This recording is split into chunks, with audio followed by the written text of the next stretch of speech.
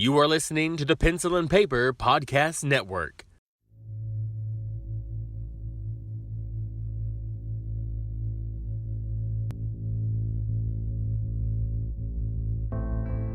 You're listening to the Horror Ramblings Podcast, the show about all things horror. We hope you enjoy the show.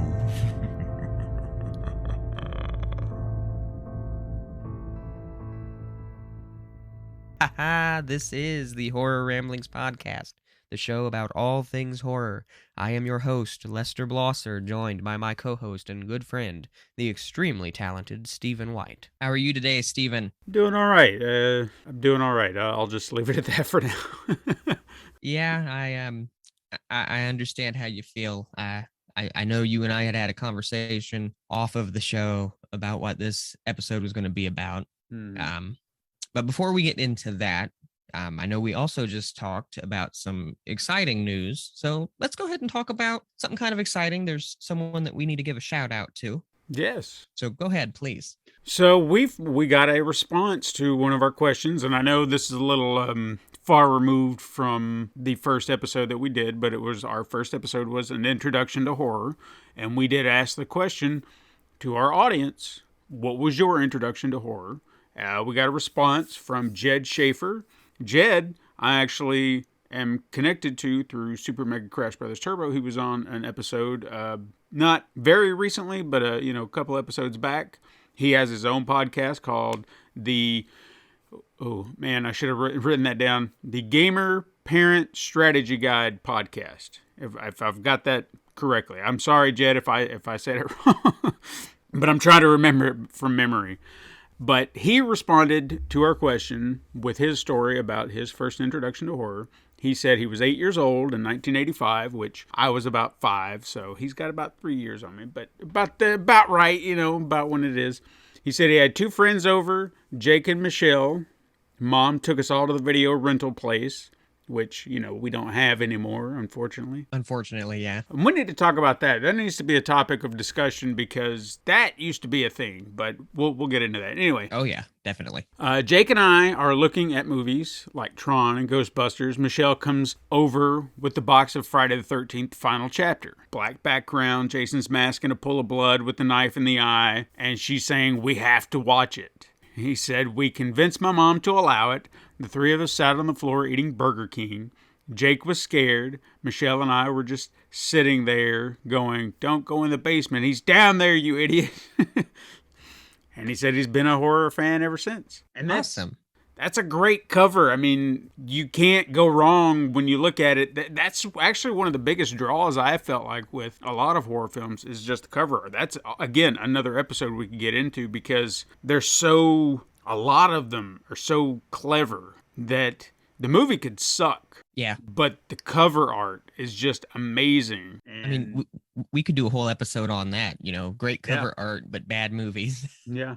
So I could see where the appeal to that was because I remember that cover very vividly, and I even had a t-shirt with it on there at one point, and it did. It just, it draws you in. Like if you take a look at the first 3, you kind of get, the shadowy figures and stuff like that. So you kind of have this sense that there's something. But that one, the hockey mask, the knife, the blood, there's just a lot going on there. It's simple but effective, and you're curious. You want to watch this film. So, well, and real quick too, the age that he was when he watched it, again, right around the age that we both were when we kind of got introduced to the genre. Yeah.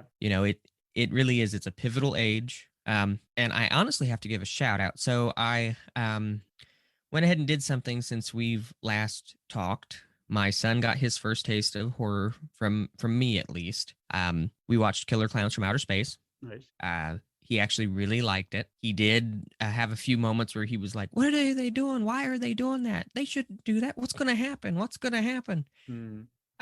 He's watched it like 2 more times since then. And I think I've planted a seed because he's interested in watching some other things. I'm trying to find some things that aren't so explicit to watch with him. I got one. Critters. Sticking with that Chiodo Brothers kind of theme, I think he would love that. I really think he would. Because he likes gremlins too, so I think critters would be right up his alley. I didn't even think about that. PG-13. It's not really all that invasive as far as gore goes. There's maybe like a few scenes, but they're not that bad. He would. I honestly feel like he would love it. It was one of my favorites growing up. Yeah, I'll have to do that because he likes little creatures and things like that. My biggest thing was like he wants to watch Nightmare on Elm Street, but there's a sex scene right at the beginning. Sure. And I don't want to have to fast forward past something and him be like, why are you fast forwarding past this? Because he's not quite ready for that talk, I don't think. Yeah. So and I get it. But it's awesome that somebody took the time to answer our questions. To all the listeners out there, please feel free to answer the questions or ask us questions. Like go on our Facebook, go on our Twitter, ask questions, go on Instagram. And I do want to kind of throw something out to our listeners as well. I actually post the way it kind of works, or at least the way I understand it. I pose a question related to our podcast of whatever the episode is, like what is your introduction to horror? It's supposed to show up on Spotify. Now, I don't know how that works. I haven't seen it personally, but I am curious. If you see those questions show up on Spotify, let me know, or, just hit us up. Just say, hey, yeah, here it is. Because I don't know if they're getting answered. I can kind of check here and there, but I don't see the question on the platform, so it's difficult to see how that's working. You know what I mean? So if you don't see it, let me know, and I'll see if I can make some adjustments or figure out why it's not showing up. And depending on what happens with the show too, I'll tell all the viewers out there, you and I live about 6 hours away from each other. I know we're going to try to make it down to visit you guys. I'm sure you guys, I know the missus is coming up here in June, I believe. Yeah.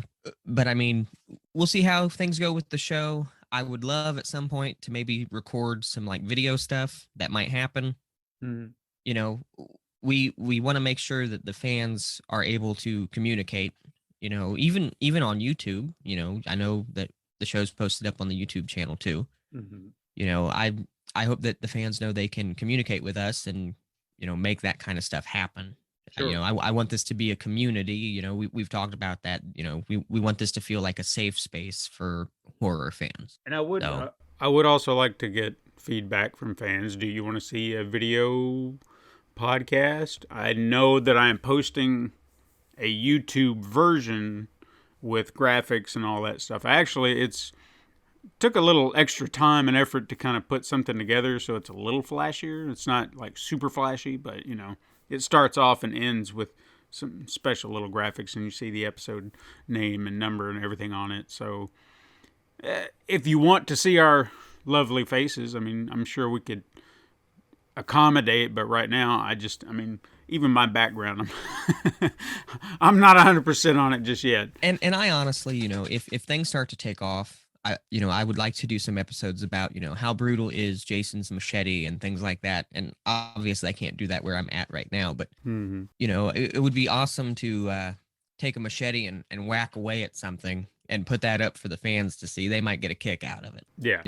I've been wanting to do a series that's basically the science behind the slasher, where you and I would discuss, how much force would it really take for Jason to, punch someone's head off, or,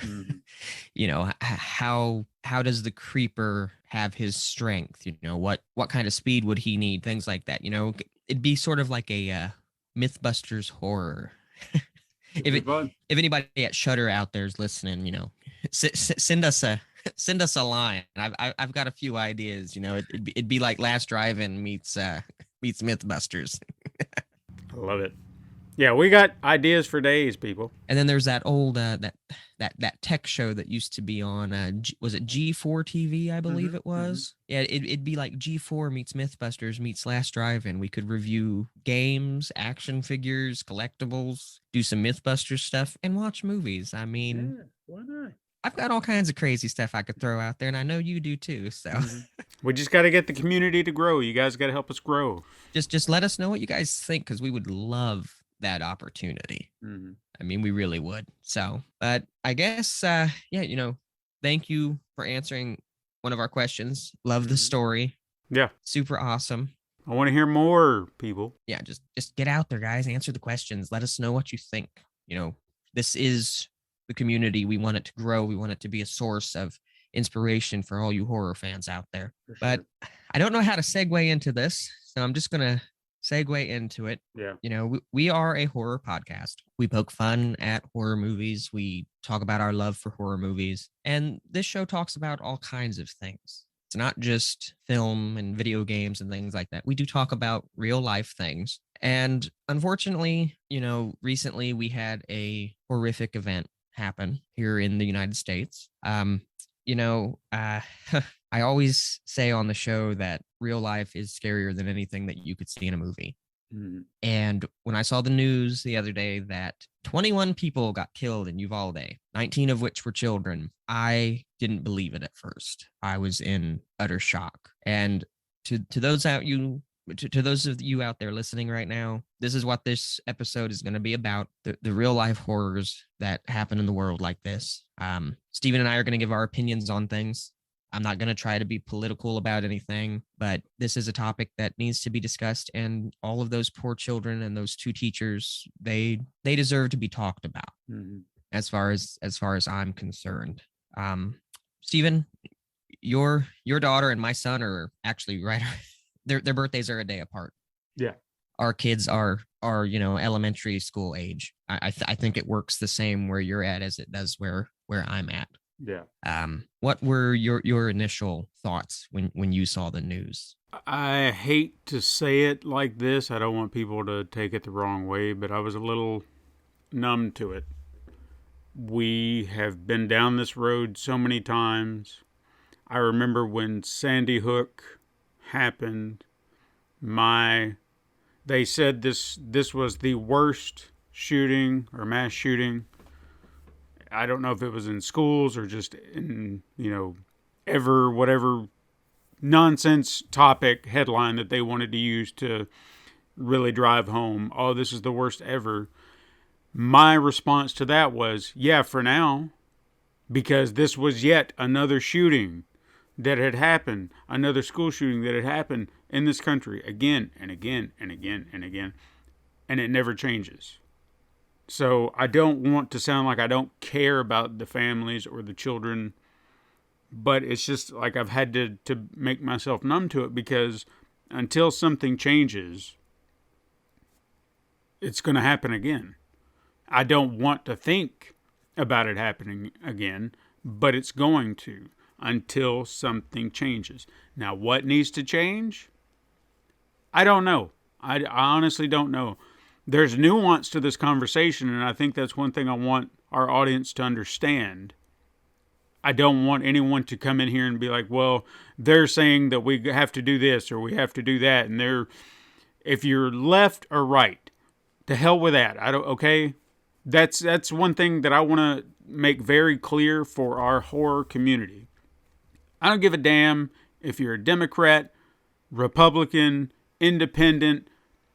To hell with politics at this point, okay? We're not talking politics. I'll give my opinions on things. They don't have to reflect to your opinions.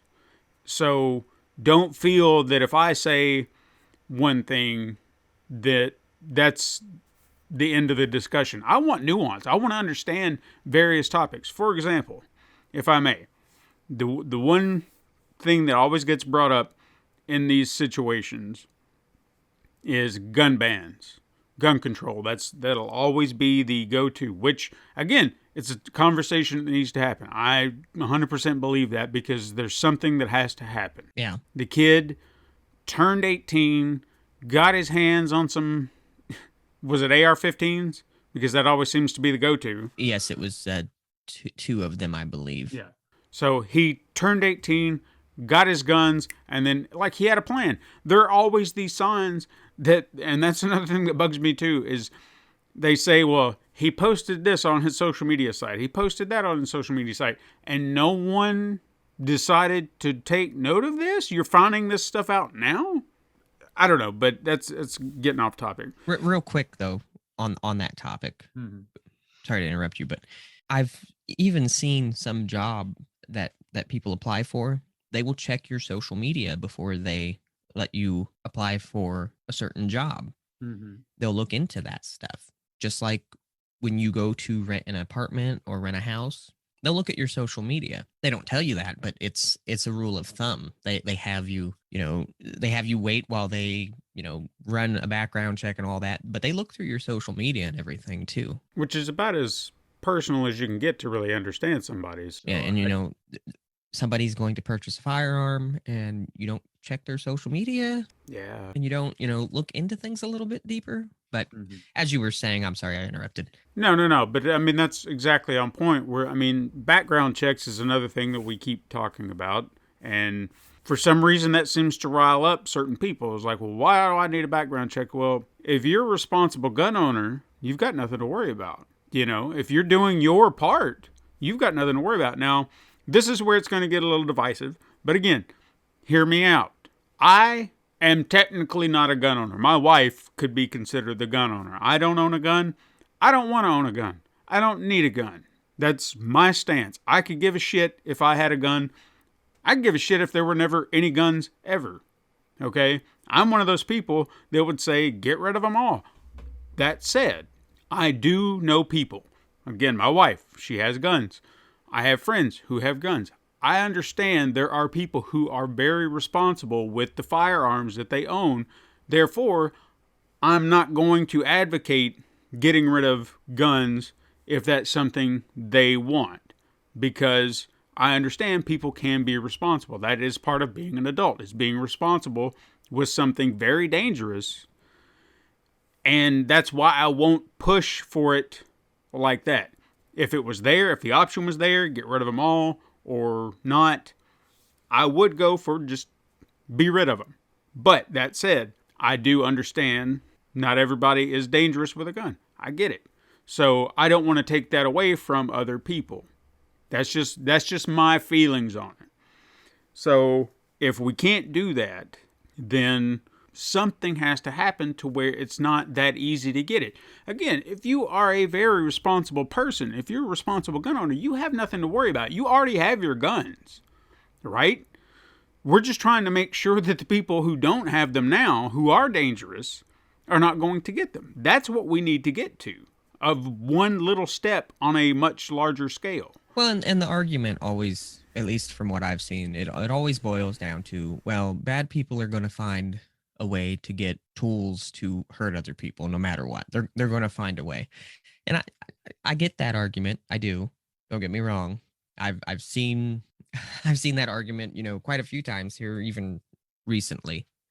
But my whole standpoint on it is, if you can maybe prevent one person who doesn't need it from getting it by making it a little bit more difficult, then you've done something at least. You've helped out a little bit. And then the other argument I see all the time is, well, we need to focus more on mental health. We need to focus on this. But again, one side is saying, oh, guns are bad. Guns kill people. And then the other side is going, it's not the guns. It's some people are just sick. The truth is, it's a combination of those things. Yeah. They're both right and they're both wrong. Exactly. And that's where this problem lies, because each side just argues about it. They don't want to be like, well, maybe how easy it is to get guns is an issue, and maybe we should look at people's mental health a little bit more.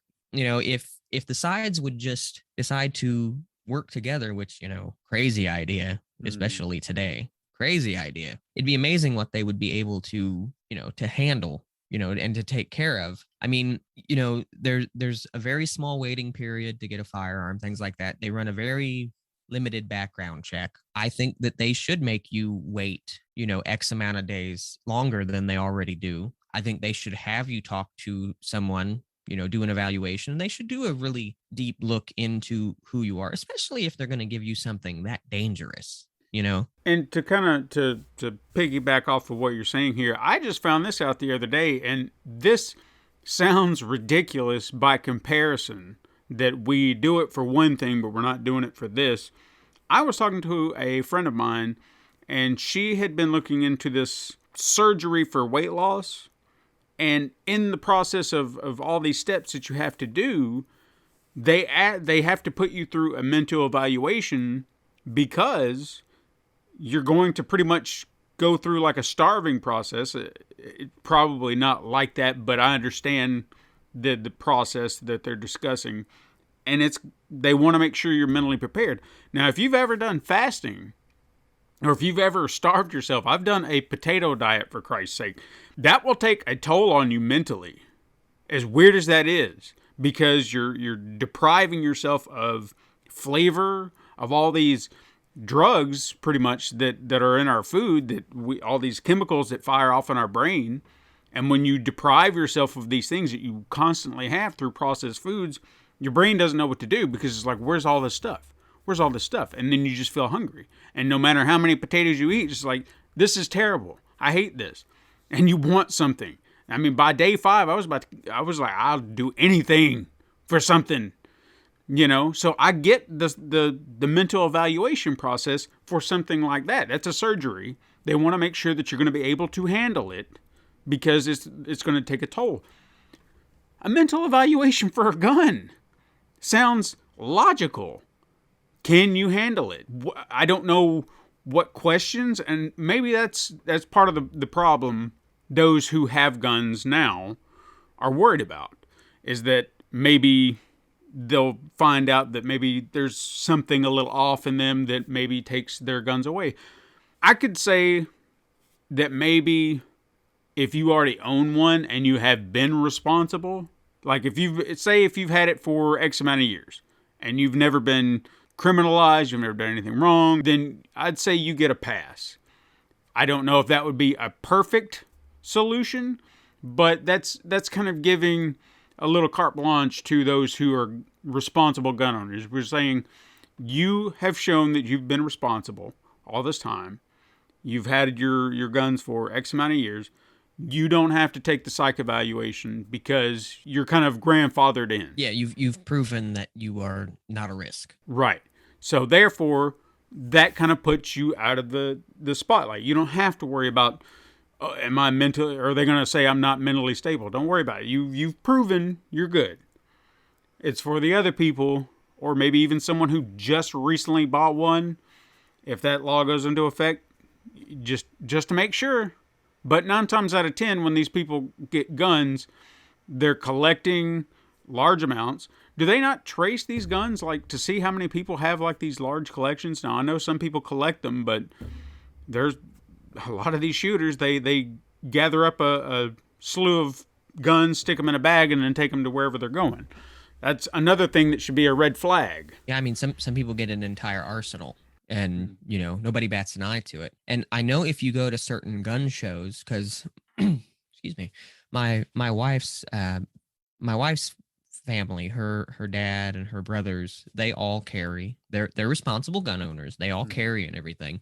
They go to, certain gun shows and like flea markets and things. It's amazing how easy it is to get a gun somewhere like that and not have to jump through, some of the hoops that they have you jump through right now.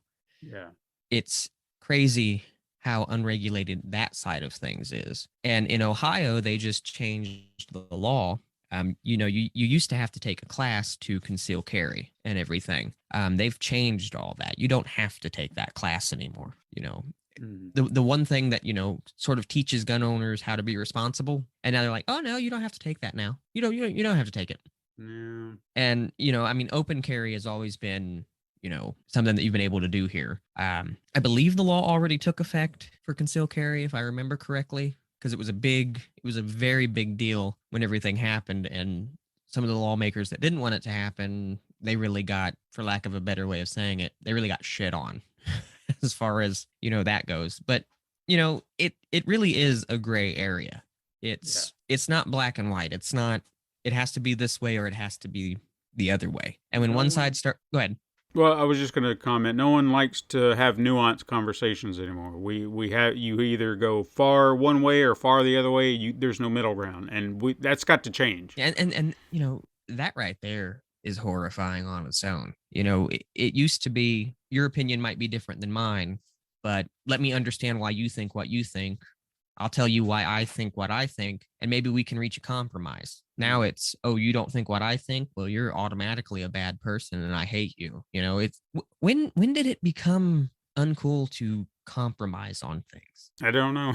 You can't make everybody happy all the time, but if you can at least make everybody to some level of okay with an idea, then you have to do that. You have to do, I would rather make everybody be like, okay, it's not what I wanted, but okay. Then one side be, yeah, this is exactly what I wanted, and the other side not heard at all.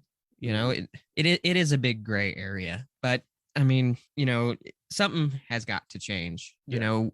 We are the only developed nation that still has issues like this, and that's a big argument that's been happening too.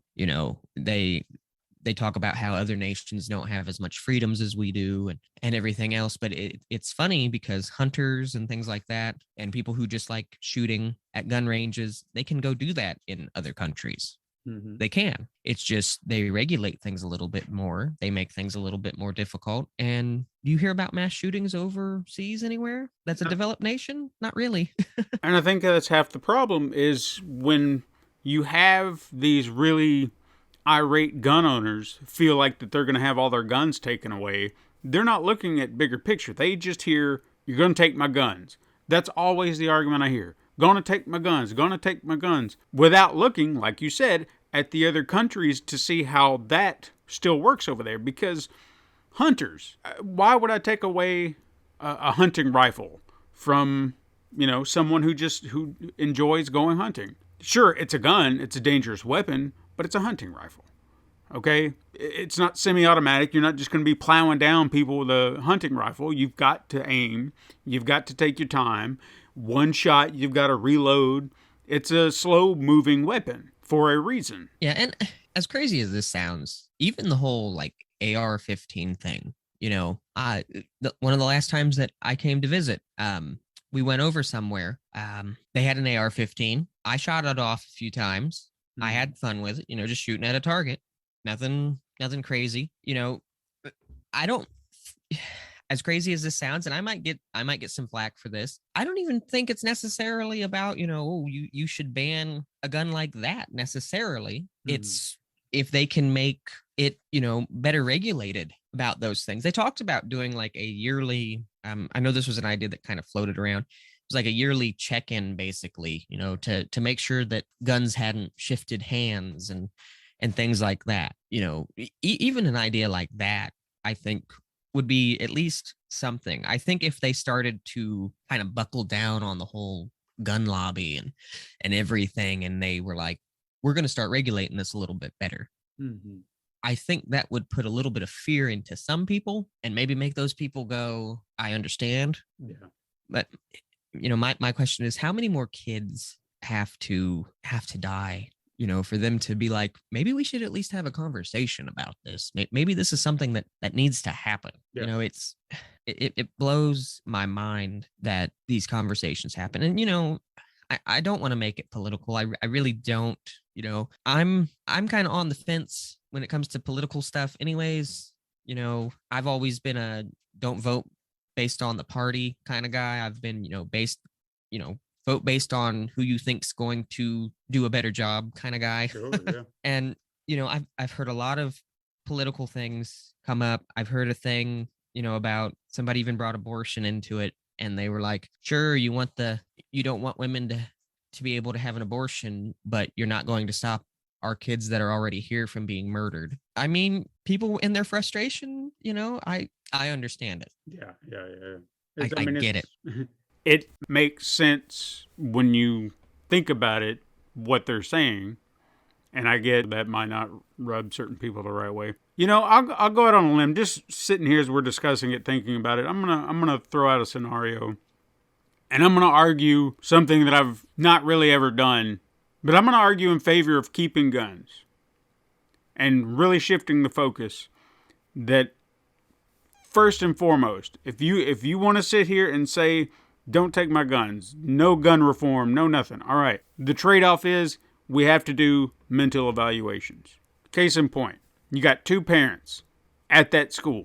Let's just say, they both are gun owners. We're not going to call them responsible. We're just going to call them gun owners. You've got that one guy who understands the situation, the gravity of it. He wants to go in. He wants to save his kid. but he's also trying to assess the situation. You got this other guy over here who thinks, I got a gun, I'm going to take care of business. And he goes rushing in with his pistol, thinking, he's going to be the Punisher and he's going to take this guy down. In that moment, he could make a very fatal mistake and shoot a kid or an innocent person because he's not thinking about the people around him. He's in a panic because he's trying to save someone and makes a bad judgment call. And we hear it all the time. Well, if you got a gun, if I got my gun, they're not going to go anywhere. Okay, but you don't know the entire situation at that moment. So anything could happen. Anything could happen. And that's why I'm very iffy about these people who want to make sure that they've got their guns. I'm going to shoot. I'm going to fight back. But are you? Are you going to do it right? Because this is my argument against guns. And I know I'm flip-flopping a little bit. I'm just trying to keep my thoughts in check. You were kind of saying, where people had argued if we take guns away, they're just going to find another means to kill, to exact their vengeance. Now, if you've ever fired a gun, all it takes is the pull of a trigger. Okay? I have shot a gun. I'm not going to sit here and say that I've not. I have shot a gun. I have killed an animal with said gun. And all it took was the flick of a trigger. Did I enjoy it? Absolutely not. But it was so quick. Just done. And that animal's life was over. And I felt terrible. But if I had to find another way to end that animal's suffering, is it going to be a lot easier with a knife? Or any other kind of weapon? Absolutely not. So, for me, I see it as if someone is willing to go that extra mile to try and kill someone with another instrument that doesn't require just the pull of a trigger. I mean, one, you're going to see it coming a mile away. Yeah. And two, you're going to have more of an opportunity to defend yourself. It might not be as fatal as a gunshot because there's the aim to the head, or they might stab you, obviously, in a very vital organ or something like that. But again, you're going to see it coming. You're going to have opportunities to fight back. Yeah. I feel that argument of, well, they'll just find another way, does not work. Because killing someone with technically your bare hands, because that's what I feel like a knife or even a blunt object would be, there's a lot more that goes into it. You have to be in a very disturbed mental state to get there. And I'm not saying that excuses them from, they have to be that disturbed to get a gun. But that would be a red flag. You would see those kinds of people, if they're willing to go that extra mile, they're the people we don't need having guns. Now, I'm not saying all people are like that are going to show those signs, but it would be a very big telltale sign. Not everybody's got that in them. It takes nothing to pull the trigger. You will instantly regret it. If you didn't mean to do it, you're going to regret it. But taking that extra step, you're in for it. You're mentally prepared to kill someone if you're willing to take a knife to them. You're already there. So that's my argument on both, I guess, or whatever point I was trying to make. But at the end of the day, I mean, another topic we need to kind of talk about while we're on this subject, because I guess I was kind of touching on that too, were the police and the response, because we have heard that there was a lackluster response. I'm not a cop, okay? And this is another issue that I've seen a lot of disparaging remarks about when it comes to, I saw the Blue Lives Matter stuff going around, back with George Floyd. And this is another one of those situations where nuance really matters, okay? Defund the police. I know that was a thing that was going around for a while. And people are like, so we're just not going to have, police departments anymore? We're going to allow criminals to roam free? No. Pay attention, okay? Are we blaming all cops for killing people of color? No, no, no, no, no. No. Nuanced conversation. There are bad actors in police departments. I don't hate police officers as a whole, but there are those who are problematic, who do these things, who make the rest of them look bad. I'm not sitting here saying that all police officers are racist or mean or uncaring, because, that's even another argument that I heard about this situation. Why did it take so long? Well, look at the school. Look where we're at. Could be. I don't know. I didn't say it. I'm just throwing it out there. That was a topic of discussion. It's more nuanced than that. Okay? I don't know what they were thinking. I don't know why it took them an hour and a half to get into the school and do something when he was there. There were reports he was there. There were parents outside the school recording, asking, why are you not going in? I don't know what the issue was. So I'm trying to understand it from a police officer's point of view, or at least their perspective. What protocol are they following that is preventing them from going in? Because I understand you don't want to get shot, but you did sign up for this job. Protect and serve. This is your job. Now, if you are having trouble assessing the situation, again, I understand that's part of it, and I don't want to see a police officer get shot. But in the heat of the moment, I feel like if I was brave enough to be a police officer and there was someone at an elementary school getting ready to shoot up children, to hell with protocol.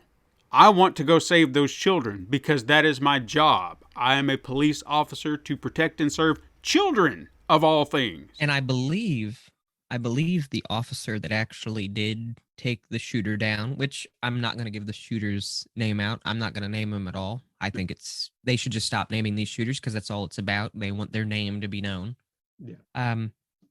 I believe the officer that actually took him down actually did break protocol. Good. I think he said to hell with it, and he went in and he. Do you have his name? Because his name needs to be shouted out. I'll have to find his name. I have the names of the children because I do want to talk about the kids eventually through this. I do know that I guess they had broken some of the windows out at the school, and they were evacuating some children that way. Mm-hmm. I know another thing. They interviewed one of the kids in the class, one of the kids that survived. They interviewed him, and I guess the police were telling the kids, yell help if you need it, if you need us to help or something along those lines. And the kids are taught at school not to do that, not to yell or make noise because the shooter could find them. Yeah. And I guess the little girl yelled help, that she needed help, and he found her. And everything with the police department in this, when everything first happens, it's they did everything they could, and then you let it digest for a minute, and you really see how things could have been different. We'll have to see if we can find the officer's name. I believe it was just one officer, but if he hadn't have gone in and said to hell with it, who knows how much more life would have been lost. Yeah. It's a shame that that's what it had to come down to, but I'm on his side. I mean, that's what they should have done. That is your job. And in a situation like that, I feel that I can't just see sitting back and allowing a deadly assassin walking around in an elementary school with children and wondering, well, he's not shooting anybody right now, but you're allowing him the time to do so. It boggles my mind that you would do that. And I want to kind of jump back to the defund the police thing, because I know that was a big topic of discussion a few years back when that got brought up. And I feel like that was another one of those things that people did not want to hear. Maybe defund the police was the wrong term that they should have used. I feel like maybe reallocating funds for the police may have been a better use, because the idea, the concept, as to my understanding, and if I'm wrong about this, then maybe I didn't pay attention, but to my understanding, the pitch was they were going to take money away from the police departments, which again, I think the moment that's said, people are like, well, what are they going to do? They ain't going to get paid. They're taking money away from the police departments to keep them from having to buy big armored tanks and all this stuff that they don't need or shouldn't need, and reallocating those funds to people who should be utilized for certain calls, because the police are being stressed out for nonsense. Domestic calls. You know, you got a couple fighting. Why do we need police for that? Police should be second on that list. You have someone you call who can handle that situation, who is well equipped to handle a domestic dispute. And if the police need to be brought in, they then can call the police to handle the outcome of that. So you have someone who's more like a, a therapist. I mean, I know that might not be what the right job that they're using, but someone who can diffuse a domestic dispute. That way, you know what? Police don't have to worry about that. So that's one less thing off their plate. So now they're less stressed. They're not having to run over here, over here, over here, over here. You create these new jobs, these new elements within the police force, and they're allowed to do their job over here while regular police officers can do their job over here, and they're not being stressed out. And I feel like that's part of the problem with the police departments, is they are being stretched thin because they're being asked to do this and do this and do this. That's what defund the police, or I'm sure there was another term for it, because defund just does sound kind of off. Probably should have come up with something a little different. Yeah, there was bad verbiage. And I also am very aware of the stigma behind the formation of police departments. There's a history. I get it. And it's a bad history. I get it. Change can happen, and it can be for good, because we do need law enforcement of some type. So if there's a way we can kind of recreate it, rebrand it, refocus its efforts in different ways, then that's what we need to do. I don't advocate for getting rid of police officers at all. We just need to find a way to reform it in some way. You know what I'm saying? Because I'll be honest with you, the biggest problem that I have with a lot of this, there should not be a police officer standing outside of a school. No. I like the fact that this is where we are in the world just boggles my mind. And my big thing is, like, they're talking about arming the teachers. And I was going to bring this point up earlier. You know, it's just like when parents have guns, when teachers have guns, you need to make sure that there is no way that a child could access that weapon, because that happens a lot. A kid will get a hold of a parent's gun and go at it. And I mean, you know, let's say they decide to arm the teachers, you know, and they train them and everything. Yeah, that, you know, that might do a little bit to help. But my thing is if they're not going to reform these gun laws, they need to take a look at the schools. Then they need to give the schools more funding, because here let's do this scenario real quick. Active shooter comes to a school, right? They have the schools right now. Here in Ohio, there's one point of entry at the schools that is unlocked. It's the main door. It's unlocked, but when you walk in there, you're in like a little area, and that area has doors, and those doors are locked. You can't get in unless you get buzzed in. If an active shooter comes in there, do you think he's going to let the fact that the doors are locked stop him? He will shoot through the glass, and he will get through. He'll shoot through the cheaply made doors that they use for the school. So here, let's do this situation. If you're not going to do anything to deal with mental health or guns or anything like that, give more funding to the schools. As bad as it sounds, I hate that I even have to think about this. Make the windows of the school bulletproof. Make the doors bulletproof. Put steel doors on every single classroom with locks that you know will not be broken. Basically turn the school into a fortress. You know, Again, just a shame to even. It's a shame that we have to think about it, but, you know, as bad as it sounds from that angle, you know, I mean, it's and here's an idea for America. I'm going to get kind of political here for a second. A way to create jobs. Create a department that goes and makes sure that people are safely putting their guns up. If you own guns, make sure that your guns are put up safely to where your children cannot access them easily. Make sure that everything is accounted for, everything is safe. Have those people go and do that everywhere. And if those people get so many strikes, they're out. First strike. Let's just do first strike. If you're not practicing safety in your home privately, which people will get mad and be like, that's my home, that's my private life. Well, you know what? If you're not locking your guns up and your kid can get a hold of them, that's an issue. Just like a while back, some woman, she had a pink handgun. Her son would take his squirt gun, put it in his mouth, and squirt water in his mouth.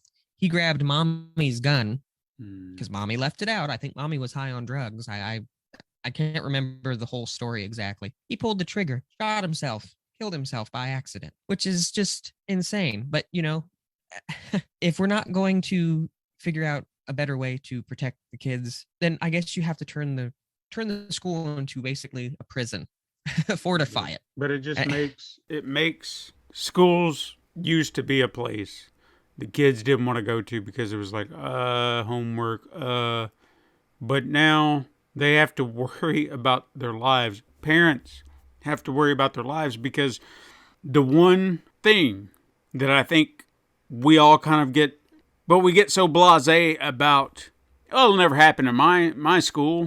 It won't happen in this town. I'm sure that's what they were thinking too. It won't happen here. I mean, who would have thought that town specifically in Texas? I don't know. So every day you have to worry. Like you said, your kid is in school. My kid is homeschooled, but I've had 4 kids prior to her who are lucky it didn't happen to them. Yep. And to piggyback off what you just said, that conversation happened here at my home. Someone here in the house said, I don't think we have to worry about that happening here in our town, in our small town. And I'm just like, you realize Uvalde was it's a small town too. Mm-hmm. And the sad truth is it could happen anywhere. And I don't want to think that, you know, I give my son a kiss and tell him goodbye and, you know, say, I'll see you later. You have a good day. I don't want to think that that's the last time I'm ever going to say something like that to him. Yeah. You know, I've tried to numb myself to these things, but I'll be honest, the other day when I was watching everything and I was seeing the parents and, you know, I saw a thing that really, I mean, it almost brought me to tears just thinking about it. Mm-hmm. But some of the kids were so, and I'm going to say this because it needs to be heard. Some of the kids were so riddled with bullets that they had to do DNA testing to find out who they actually were. That is terrible. Yeah. You know, and if they're not going to do anything about it, then turn the school into a fortress. Protect the kids. Or guess what? You're going to have a lot more kids being homeschooled. If people can afford to homeschool their kids, I mean. And you know what? It's not as hard as you might think. I mean, there are a lot of great homeschool options showing up now. And I'll advocate for it because if the government's not going to do anything to protect the kids, they're children. They're children. You are making them go to a school because this is mandated. Now, keep that in mind. If you don't send your kids to school, that is illegal. Truancy laws. So, if you're going to force parents, and I'm not saying they don't need education, just follow me here, but if you're going to force parents to send their kids to a place where they should be safe, but we have no guarantees they will be safe, especially now because nothing will be done. I mean, what are we supposed to do? If I even had an inkling that there was someone, even if I heard it, like a whisper, there's somebody planning a school shooting at the elementary school, and that was my kid's school, absolutely, she's done. She's not even in there. We were even talking about sending her back in the fall because, you know, COVID had passed. That's one of the reasons she was pulled out to begin with, was because of COVID, and nothing was being done about that. This is not also political, so shut up about that. It is a health crisis is what that was. Still is, goddammit. But now we're right back to square one because that fear comes back. I don't know.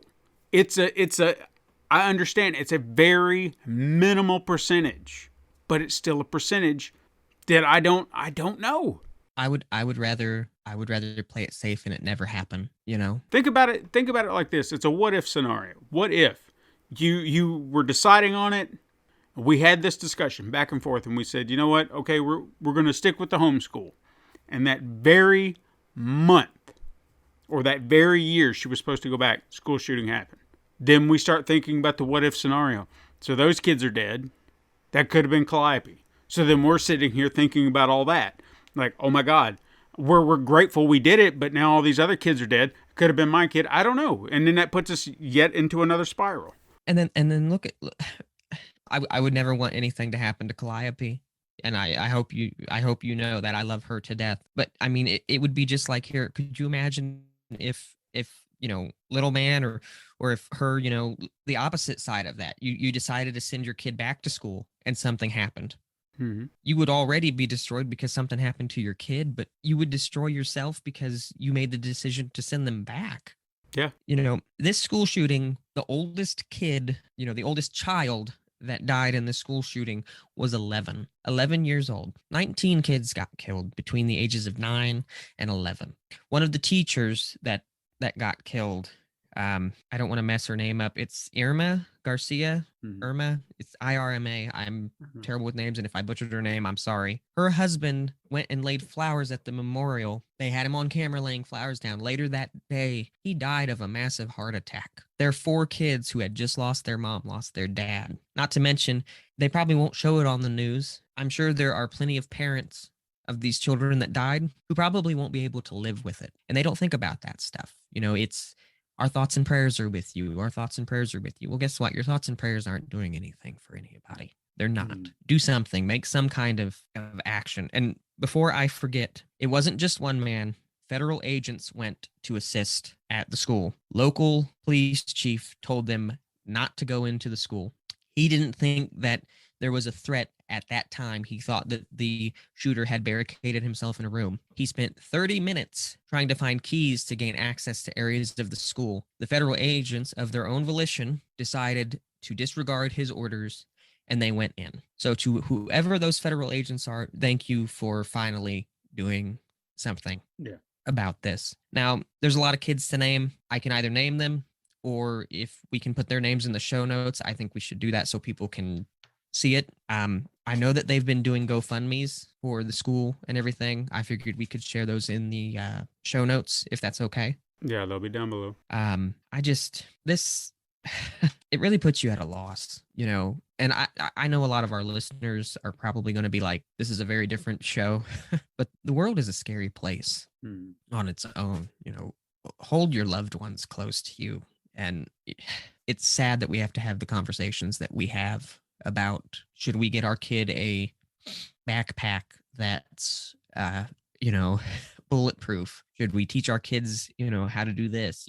Some of these kids that were in this shooting were calling 911 from inside the school, begging for someone to come and help them. What kind of world are we living in where the kids have to be afraid to go to school? School was supposed to be a safe place, These kids had just gotten done with recess. They were excited for summer to start. We grew up in a time where this was not. I mean, maybe I know that you graduated at a different time than I did, but honestly, I don't feel like it was.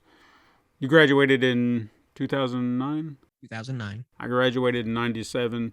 We're talking 12 years, and that's really when everything shifted a little bit, because Columbine happened within that time frame. I never had to worry about a school shooting. Like, it never crossed my mind that someone would come into the school and shoot up the place. It unfathomable. It never clicked. Now it's a common theme. Yeah. As crazy as it sounds, though, it's not even safe to let your kids play outside, hardly. I remember growing up, and I'm sure you can attest to this too. When I was a kid, my parents just said, "Be home before the street lights come on." Mhm. They didn't know where I was half the time, and I was my son's age. My son's going to be 8 this year, and I couldn't imagine telling him to just go play in the neighborhood somewhere. Yeah. We'd go to the park. We'd walk all the way to the park, which is several blocks away from where I live now, and we'd go play at the park all day. But it's amazing how much things have changed, and it makes me feel like an old man when I say it. But back when I was a kid, you didn't have to worry about this stuff. That's where we're at now. And you can blame social media if you want. You can say that these people are doing this stuff for attention, and you can blame the guns, you can blame mental health, but stop blaming stuff. Have a conversation. Yeah. It's enough. There's enough blame going around. There needs to be a solution. Exactly. And that's where the issue lies. You and I are sitting here having a conversation about this. Hopefully the people listening are, not turning us off and going, "I'm never listening to these guys again." And understand that too. We're having this conversation right now because it is kind of fresh on the topic. We're not trying to turn anyone away. We'll get back to actual fictional horror next week. But this is it's shining a light on the real horror. Okay, this is a Horror Ramblings podcast. We talk about horror. This is real horror. The other horror is our escapism that we love, and we truly love for what it is, because it is pure escapism. We're not going to see that stuff like in real life. That's why we like our supernatural killers and stuff like that, because it doesn't hit that close to home as some things do. And that's kind of how I like it, I don't have to worry about my kid playing on the playground and a trimmer coming up, a graboid from trimmers coming up and eating my kid. Yeah. Obviously, I'd love to see something like that happen. Not, your kid getting eaten by a graboid, but just graboids in general would be, cool. But I know that's not the reality of it. And we just wanted to shine a light on this, because you don't have to be a parent to feel for these people. This, just because it happened at a school, this could happen anywhere. This could happen at a concert. We've seen it happen. Concerts, nightclubs, things. This is the way of the world. It's just all the more tragic, and that they were young. Children shouldn't have to worry about this. Children still had their lives ahead of them. And this destroyed so many lives. This isn't just one child dying because he was sick, or a parent dying and the child is now an orphan. 19 people died, and so many families are broken. There's not even an understanding. Like, I don't know what they're going through. I have no idea. They'll all go through something different. Some parents may divorce because of this, because it'll just tear their family apart.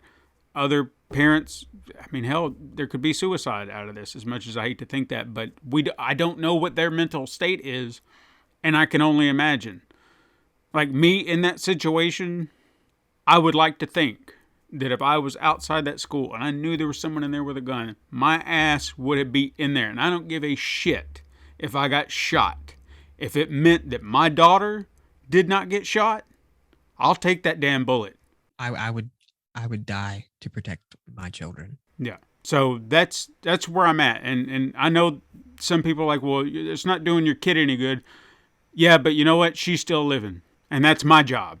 Yep. And there were a lot of parents that were trying to find their kids. They were trying to go in. They were trying to do something. Yeah. And they even got denied that. And I can't even imagine what that would feel like. Because I've had one scare in my life. And I can't say that it's equal to this.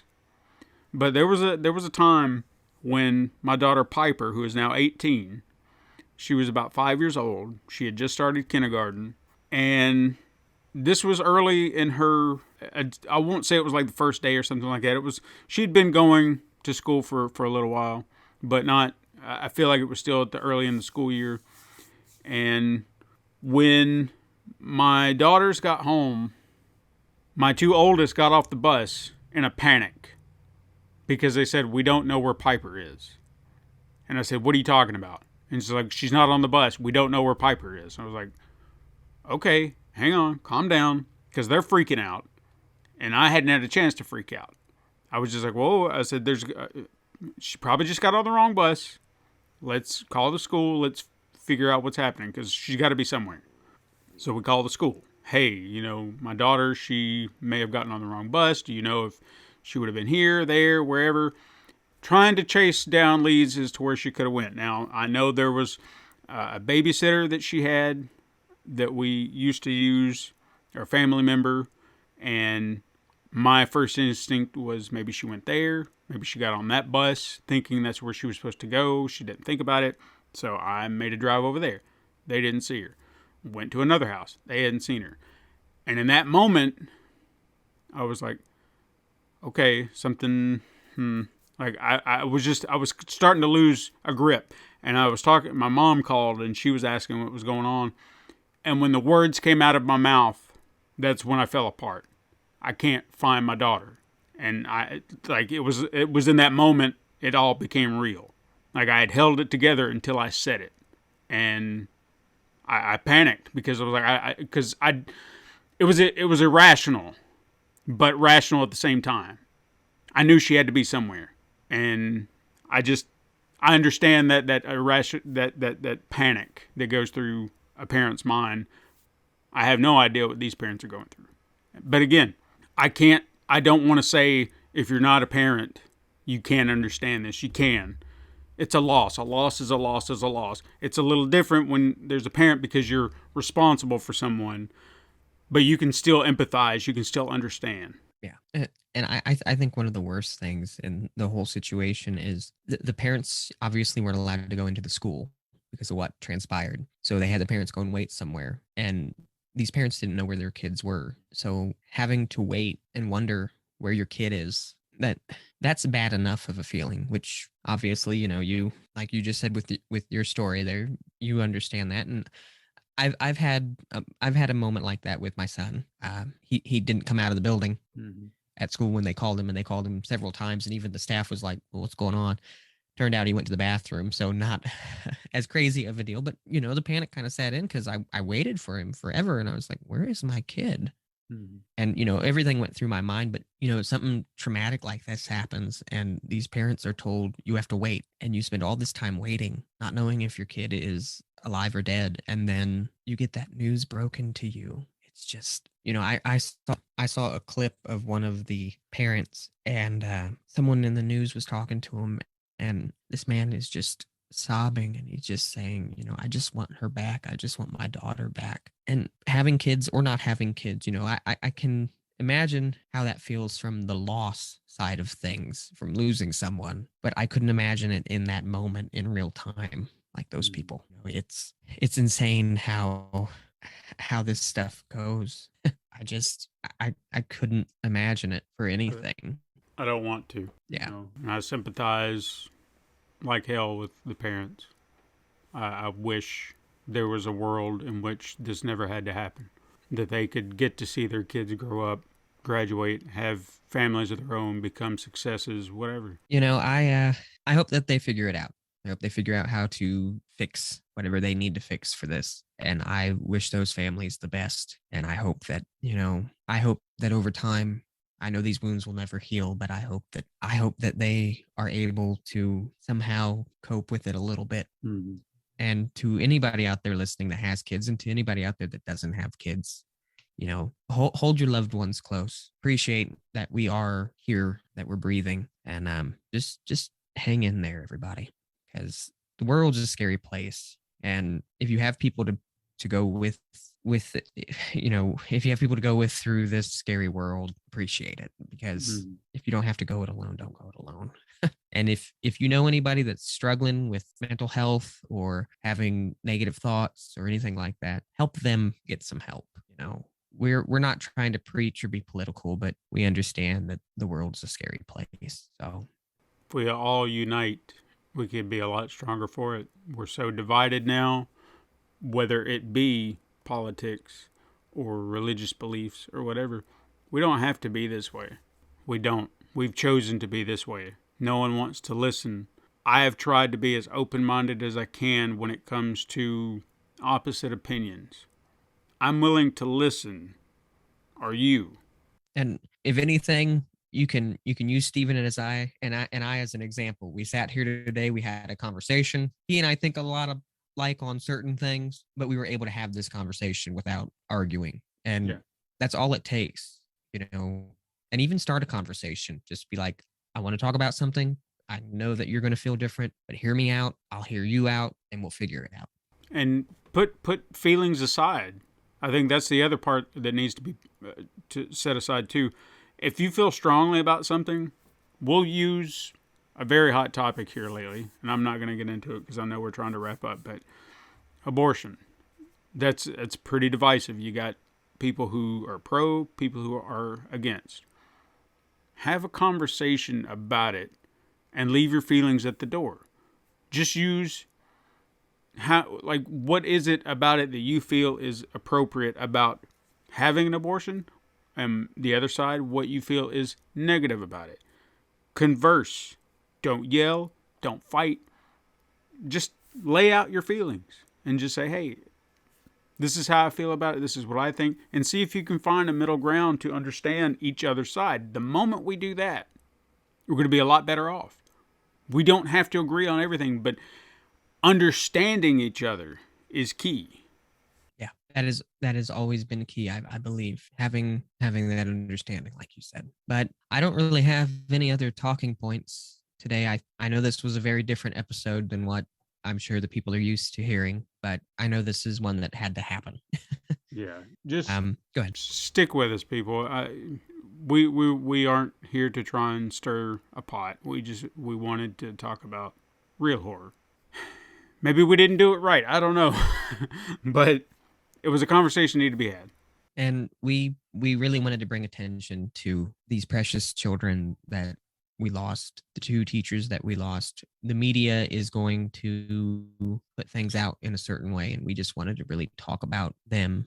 And we wanted to make sure that you guys knew some sources of where you can maybe, donate $1 or a kind word or something toward helping these families, because there's a lot of families right now that we're not expecting to have to bury a child. Mm-hmm. And we also want those children's names to be remembered. So we will put those in the show notes. We'll put the kids' names. We'll put the links. There's some GoFundMes that have been created. They've been verified by the GoFundMe website and everything. But we appreciate you guys taking the time to listen to us, to hear what we have to say. Steven, if you have any other closing notes, go ahead. If not, if you want to tell the people where to find us, that'd be fine too. Yeah, well, no, I've got nothing more to say. So to all of you ramblers out there, let us know how you feel about what happened. If you want to do that on Twitter, you're more than welcome to, @horrorramblings. If you've got more to say than just a tweet, you can send us an email at horrorramblings@gmail.com. I'll read it out on the show like we did today. You want to read or do you want to follow us on social media, you can go over to Facebook. You can leave comments. That's where we got that comment. Join our Facebook group. You can hang out with fellow horror fans like yourself. All the links are on our website and all the other things that you can. I've got buttons everywhere. You can find them. You can find us on Instagram to see an assortment of horror images. We've been trying to keep that feed going where you see us dressed up as things or you see us with people or trying to make it all spooky. If you want to say nice things about the show, you can head over to Apple Podcasts, leave us a 5-star review. You can express your feelings and help the show grow at the same time. And you can also do that very same thing on Spotify if you're so inclined. It's all appreciated. Most importantly, tell your fellow horror fiends to search for Horror Ramblings on the preferred podcasting platform. And if we're not there yet, we're working on it. If nothing else, keep up with any and all things at pencilpaperproductions.com/horror-ramblings. Links are in the show notes for your convenience. And above all else, guys, make sure you stay safe and stay spooky out there.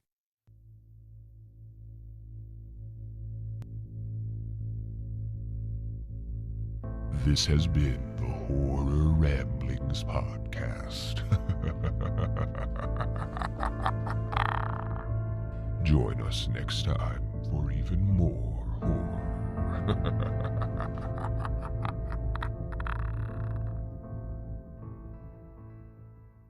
This has been a Pencil and Paper Podcast Network production.